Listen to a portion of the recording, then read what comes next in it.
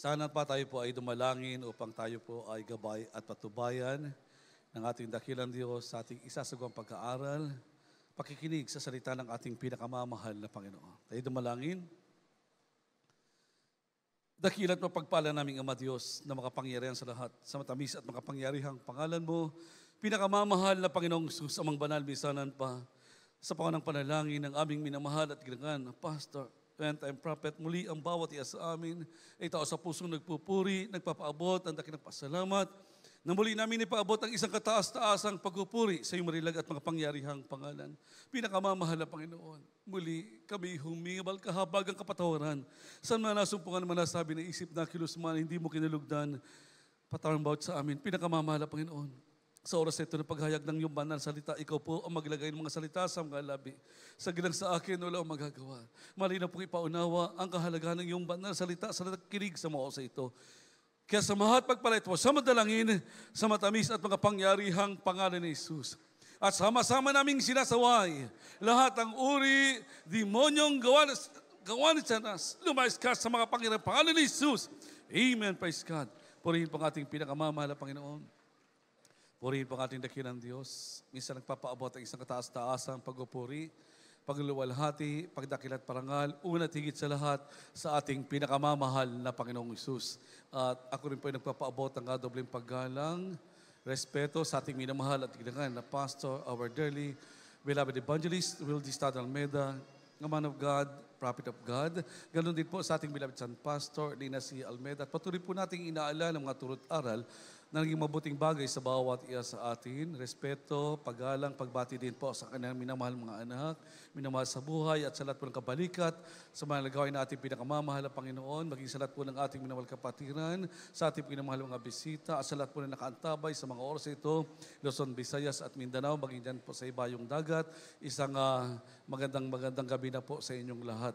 Purihin po ang ating pinakamamahal na Panginoon. Everybody say, praise the Lord. Dakilang Diyos, mapagpalang ating pinakamamahal na Panginoon. Amen? Na mahal, ang ating dakilang Diyos, totoong mapagpalang Diyos na ating pinaglilingkuran.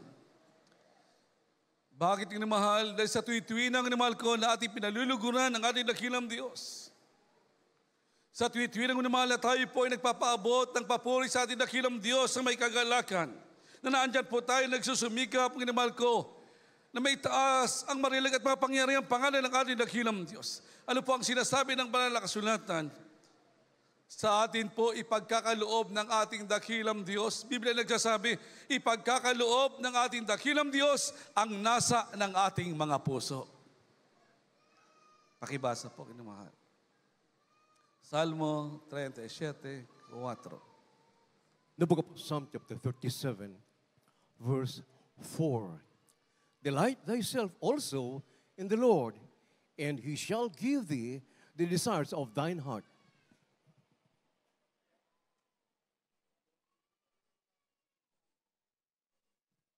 Mga awit kapitulo 37, versikulo 4. Magpakaligaya ka naman sa Panginoon at bibigyan ka niya ng nasa ng iyong puso. Amen, praise God. Purihin po ang ating pinakamamahal na Panginoon. Purihin po ang ating dakilang Diyos. Ang ating dakilang Diyos ang siyang maglangi sa kanyang banal na salita. Ano po ang sinasabi ng banal na kasulat? Sa atin po, ang nimahal ko, na patuloy naglilingkod sa ating dakilang Diyos, na may kagalakan, na nagsusumikap mapaluguran ng ating pinakamamahal na Panginoon. Ano po ang sinasabi ng banal na kasulatan? Sa ating pong minamahal ay ibibigay ng ating dakilang Diyos ang nasa ng ating mga puso. Amen? Yan po ipagkakaloob ng ating dakilang Diyos. At yan po naman ay hindi ipagkakait ng ating pinakamamahal na Panginoon. Dahil Biblia nagsasabi ang ating dakilang Diyos ay nagbibigay ng biyaya. Amen? At hindi nagkakait ng anumang mabuting bagay sa lahat ng lumalakad ng naaayon sa katuwiran ng ating pinakamamahal na Panginoon. Amen? At Biblia nagsasabi ng mahal ko na kung tayo lalakad ng naaayon sa katuwiran ng ating dakilang Diyos na may kagalakad sa ating puso at isipan, Ano po ang sinasabi ng mahal? Dito po tayo bubusugin ng ating dakilang Diyos sa mahabang buhay at ipapakita ng ating dakilang Diyos ang kanyang pagliligtas. Pakibasa po kinamahal.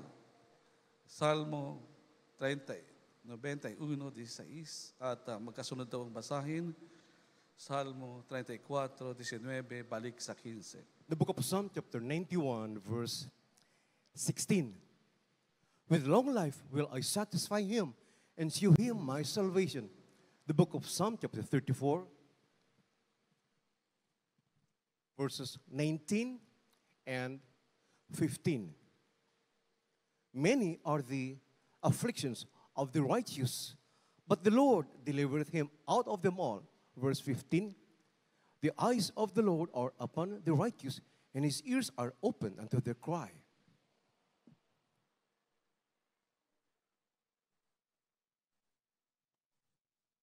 Dito po sa Aklat ng Mga Awit, Kapitulo 91, ang talatay 16. Aking bubusugin siya ng mahabang buhay, at ipakikita ko sa kanya ang aking pagliligtas. Dito po sa Aklat ng Mga Awit, Kapitulo 34, ang talatay 19, balik sa 15. Marami ang kadalamhatian ng matuwid, ngunit iniligtas ng Panginoon sa lahat. 15. Ang mga mata ng Panginoon ay nakatitig sa mga matuwid at ang kanyang mga pakinig ay nakabukas sa kanilang daing. Amen. Amen. Praise God. Purihin po ang ating pinakamamahal na Panginoon. Purihin po ang ating dakilang Diyos. Ano po ang sinasabi ng banal na kasulatan ng mahal ko? Ang ating dakilang Diyos. Sa bawat iya sa ating na mahal na lumalakad na may kagalakan, nagsusumikap, maluwalhati, mapaluguran ang ating pinakamamahal na Panginoon sa ating ipagkakaloob ng ating dakilang Diyos ang nasa ng ating mga puso. At di kailanman hindi po ito ipagkakait ng ating pinakamamahal na Panginoon. Amen?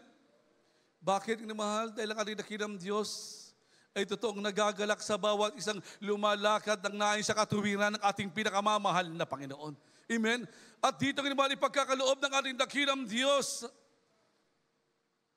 at mangyayari at magaganap sa ating mahal ko ang salita ng ating pinakamamahal na Panginoon na tayong mahal ko ay bubusugin ng ating dakilang Diyos sa ng mahabang buhay.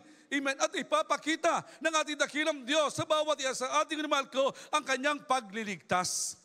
Amen. Ipapakita ng ating dakilang Diyos ang kanyang pagliligtas sa bawat isa sa atin. Amen. Nasa problema ka man, nasa pagsubok ka man, nasa kabiguan ka mahal ko, o nasa kadalamhatian ka man, ipapakita sa iyo ng ating dakilang Diyos ang kanyang pagliligtas.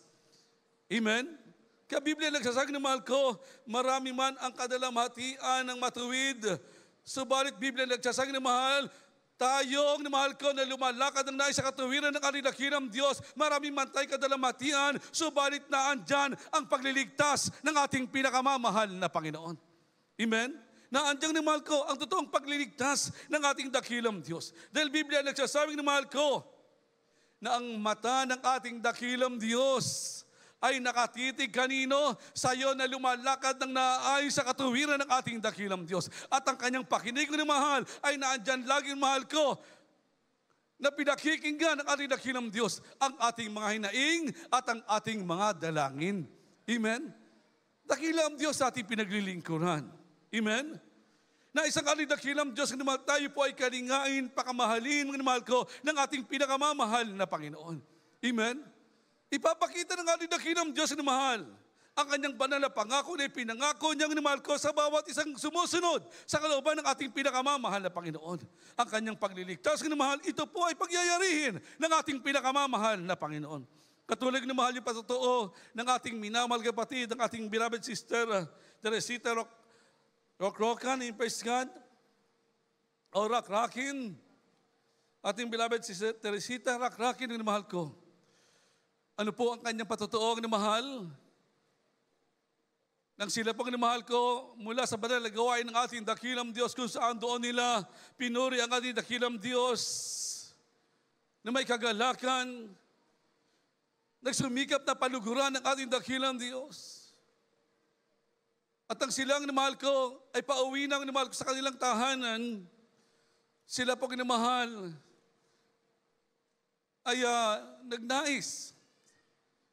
Sila po'y nagutom. At nais po nila kumain, ang mahal. At nadaanan po nila yung isang kainan doon, ang mahal ko.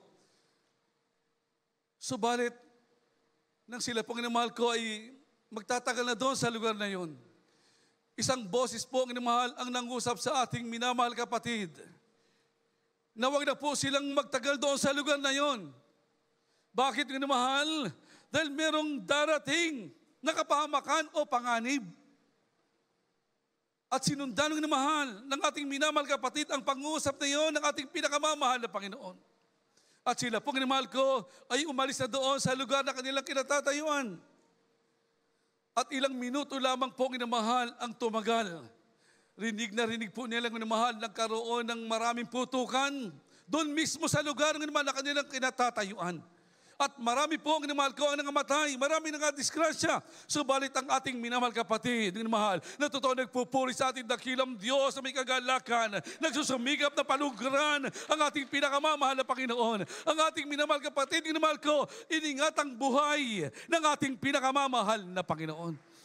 Amen? Yan po ginamahal ang bunga ng ating paglilingkod sa ating dakilang Diyos. Yan po ginamahal ang totoong ibinibigay ng ating dakilang Diyos sa bawat isang umiibig at nagmamahal sa ating pinakamamahal na Panginoon.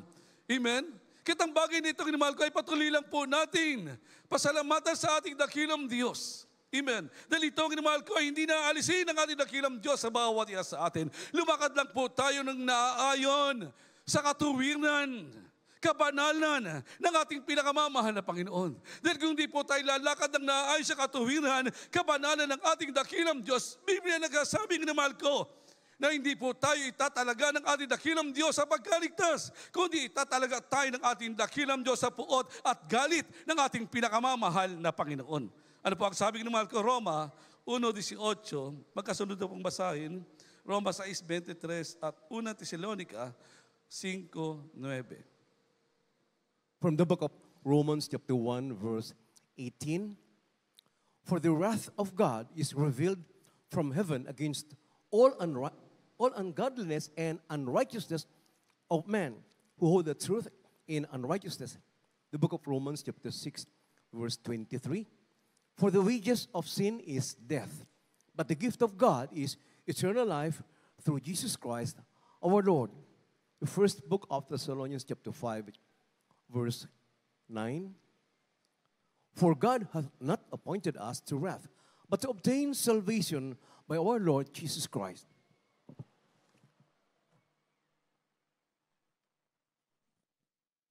Mga taga-Roma Kapitulo 1, ang talatay 18. Sapagkat ang puot ng Diyos ay nahayag mula sa langit, laban sa lahat ng kasamaan at kalikuan ng mga tao, ng mga sinasawata ang katotohanan ng kalikuan. Dito po sa mga taga-Roma Kapitulo 6:23.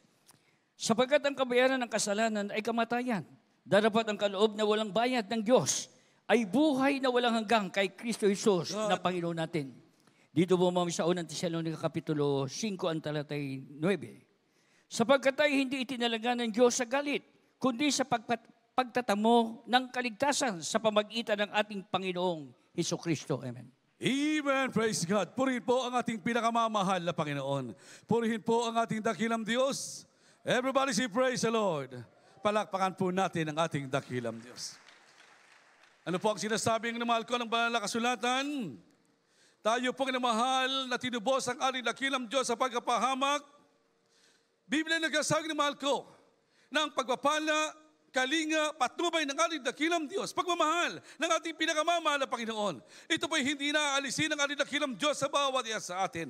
Lumakad lang po tayong namahal ko ng naayon sa kabanalan, naayon sa katuwiran ng ating pinakamamahal na Panginoon. Dahil kung di po tayo lalakad ng naayon sa kabanalan, katuwiran ng ating dakilang Diyos, Biblia nagsasabi ng mahal ko na hindi po tayo itatalaga ng ating dakilang Diyos sa pagkaligtas, kundi tayo itatalaga ng ating dakilang Diyos sa galit. Dahil ang sabi ng Roma 1:18, ang puot at galit ng ating dakilang Diyos ay sa kanila na sumasalangsang sa salita ng ating pinakamamahal na Panginoon. Amen? At walang ibang patutunguhan, mahal ko, kundi ang tinatawag na pagkapahamak. Kaya sabi ng Roma, sa 6:23, ang kabayaran ng kasalanan ay kamatayan. Subalit ang kaloob na walang bayad na nagmumula sa Diyos ay buhay na walang hanggan. Amen? Yan po'y pagkakaloob ng ating dakilang Diyos. Dahil Biblia nagkasang ng mahalang ka't ikay lumalakad ng naayos sa katuwiran ng ating dakilang Diyos sa buhay. Ano po ang sayang ng mahal? Kung sila'y naamdong ng mahal, inilagay ng Diyos sa puot at galit. Biblia nagkasang ng mahal ko na tayo lumalakad ng naayos sa katuwiran ng ating dakilang Diyos ng mahal. Tayo itatalaga ng ating dakilang Diyos. Hindi sa puot, hindi sa galit, kundi itatalaga po tayo ng ating dakilang Diyos. Saan? Sa pagkaligtas. Amen? Na namang oras dumating ang ating dakilang Diyos, isang tiyak na bagay naman, makakasama natin ang ating pinakamamahal na Panginoon. Amen? Tayo dadagiting buhay ng ating dakilang Diyos. Amen? Kaya nga namahal ko, kung ikaw man ay namumuhay sa kadilimang namahal ko, una sa kalungkutan ng buhay mo, madilim man ang uri na yung pamumuhay ng mahal ko, kapag ikaw ay naglingkod sa Diyos ng mahal ko, gaano man kadilim ang uri na yung pamumuhay, kayang pagliwanagin ng ating pinakamamahal na Panginoon. Amen? Dahil mga bagay na yung mahal ko, ay tanda lamang ng pagmamahal ng ating dakilang Diyos. Amen? Siya po ay totoong nagmamahal at naunang umibig sa bawat iya sa atin. Amen? Ang pag-ibig ng tao, minsan tumapatay na mahal ko. Subalit ang pag-ibig ng Diyos, patay ka na, bubuhayin ka pa ng ating pinakamamahal na Panginoon. Amen? Dati-rati ay patay sa kasalanan. Subalit nang tayo na mahal ko ay naglingkod sa ating dakilang Diyos mula sa kamatayan, tayo po ay binuhay ng ating pinakamamahal na Panginoon. Amen? Tanda ng unang pag-ibig na ating dakilang Diyos. Na tayo ng ating dakilang Diyos ay siyang naunang umibig sa bawat iya sa atin. Pakibasa po. Unang Juan 4:19, balik sa 18. Nakasabay na po. The first book of John chapter 4, verse 19. We love him because he first loved us. Verse 18, there is no fear in love, but perfect love casteth out fear, because fear hath torment. He that feareth is not made perfect in love.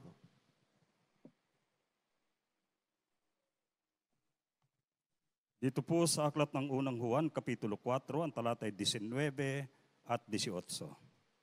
Tayo'y nagsisiibig sapagkat siya ay unang umibig sa atin.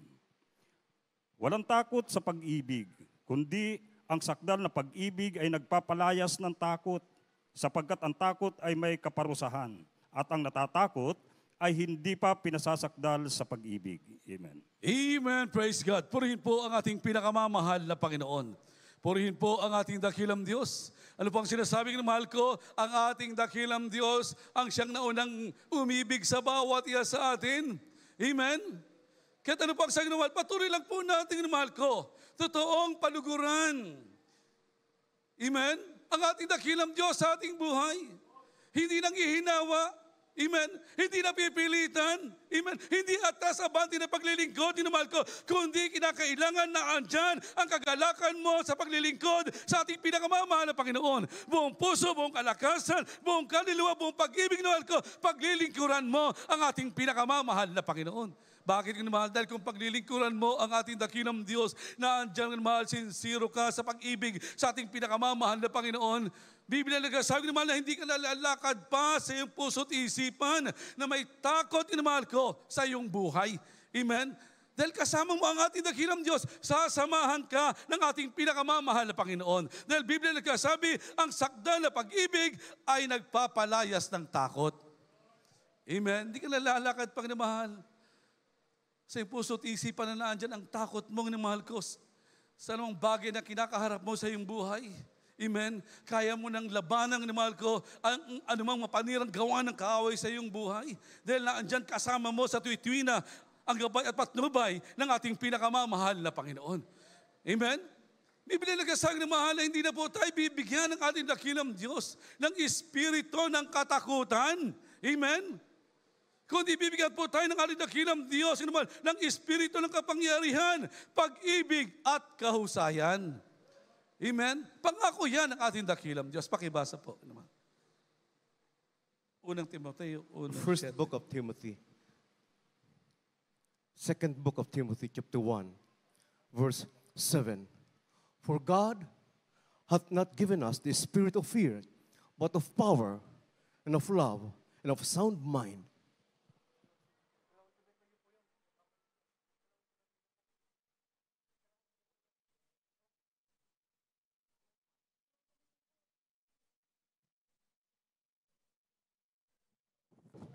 Dito po sa ikalawang Timoteo, Kapitulo 1, ang talatay 17. Siya- 7. Amen, praise the Lord.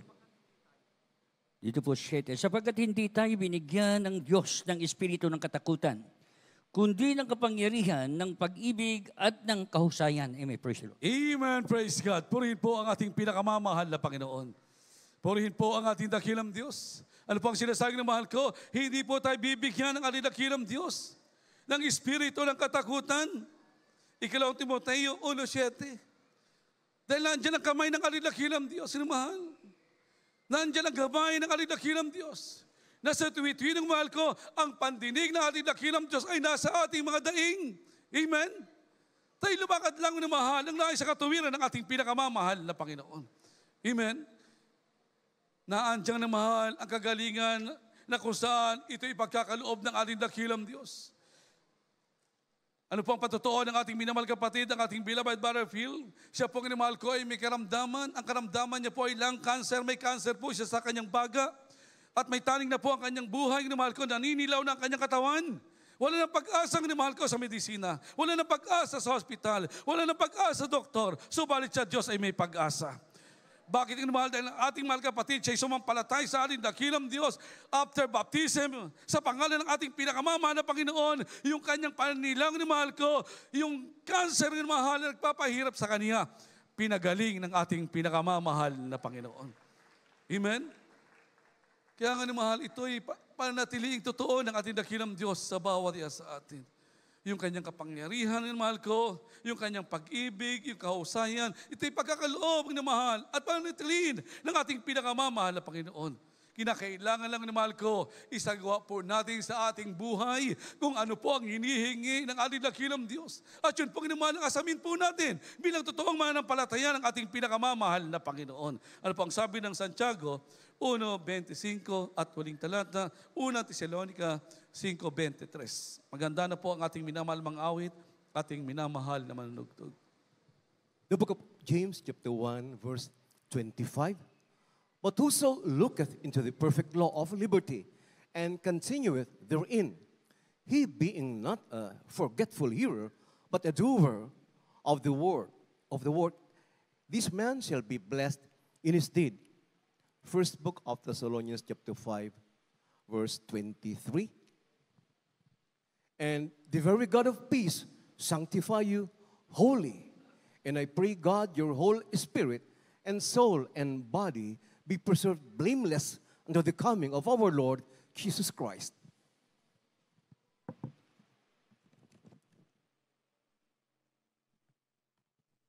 Dito po sa Aklat ng Santiago, Kapitulo 1, ang talatay 25. Ngunit ang nagsisiyasat ng sakdal ng kautusan, ang kautusan ng kalayaan, at nananatiling gayon, na hindi tagapaginig na lumilimot, kundi tagatupad na gumagawa, ay pagpapalain ang taong ito sa kanyang ginagawa.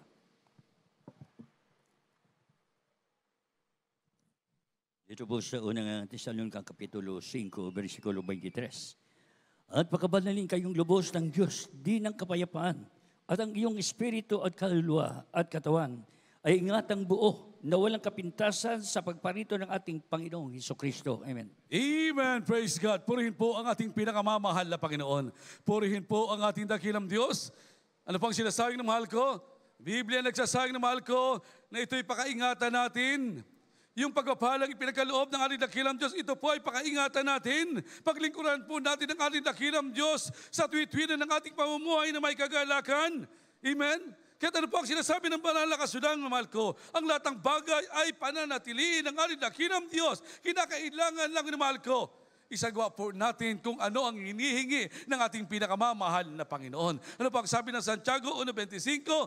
Kinakailangan tayong ng mahal ko ay tagapakinig na hindi lumilimot, amen, kundi tagapakinig ng mahal ko na gumagawa sa salita ng ating pinakamamahal na Panginoon.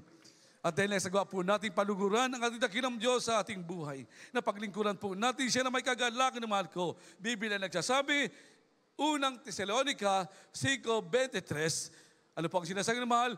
tayo po ay iingatang buo ng ating dakilang Diyos hanggang sa muling pagbabalik ng ating pinakamamahal na Panginoon. At dito rin tayo papakabanalin ng ating pinakamamahal na Panginoon. Katawitan natin ang ating dakilang Diyos. Papurihan po natin ang ating pinakamamahal na Panginoon. Ang ating dakilang Diyos na mahal, siya po ay kasama natin. Siya po ay nakatunghay sa bawat isa sa atin.